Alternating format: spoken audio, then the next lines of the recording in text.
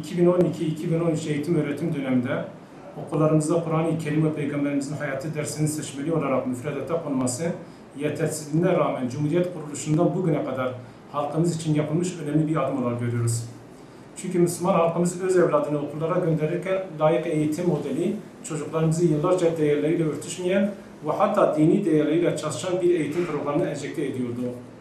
Toplumsal yozlaşmanın temelini oluşturan ve değerlerimizi hiçe sayan bu batı patenti eğitim modelleri çocuklarımızı birbirine kırdırtmış, insanlarımız arasında sevgi, kardeşlik, muhabbet, iyilik ve yardımsever duygularını köreltmişti. Müslüman halkımız yıllarca vergisini ödediği ve her türlü fedakarlığını gösterdiği halde maalesef layık sistem Müslüman halkın çocuklarını dinin değerlerini yozlaştıran bir anlayışla İslam'ın değerleriyle çocuklarımızın buluşmasını engellemişti.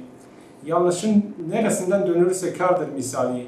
Bu eğitim ve öğretim döneminde Kur'an-ı Kerim ve Peygamberimizin hayatı derslerinin halkımızın %98'i Müslüman olduğu ülkemizde zorunlu ders olarak okutulması gerekirken yetersizliğine rağmen seçmeli ders olarak okutulması bir kazanım olarak görüyoruz.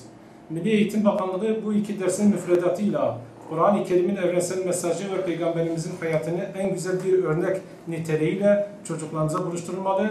Bu derslerde görev alan eğitimciler liyakatli olmalı, ehil olmaları hususunda seçici olmalıdır.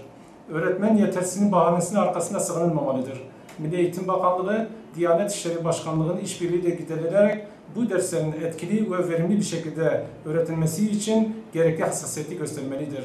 Hatta gerekirse camilerde uygulamalı bir şekilde bu dersi öğretmelidir. Velilerimiz ise çocuklarını okullarına gönderirken ibadet bilinciyle hareket etmeli, Kur'an-ı Kerim ve Peygamberimizin hayatı derslerini zorunlu dersmiş gibi algılamalı, mutlaka çocuklarına bu iki dersi okutmak için dilekçeyle idareye başvurmalıdırlar. Bunu ihmal ettiği sürece vebal ve sorumluluğun altında olacağı unutulmamalıdır. Ayrıca Milli Eğitim Müdürlükleri, okul yöneticileri ve öğretmenler bu dersin seçilmesi hususunda vatandaşlarımıza kolaylık göstermelidir.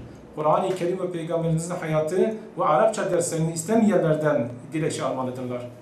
Başta sivil toplum kuruluşlarımız, sendikalar ve Diyanet Camiası olarak Kur'an-ı Kerim ve Peygamberimizin hayatı ve Arapça derslerinin okutulması için velilerimiz ve çocuklarımızı bilinçlendirilmeli, ev kapı kapı dolaşarak ayrıca camilerde konunun ehemmiyeti mutlaka anlatılmalıdır.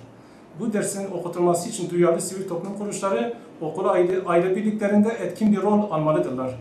Ayrıca bu dersi okutulmasında zorluk çıkaran kurum ve kuruluşlara karşı da gereken girişimlerde bulunmalıdır.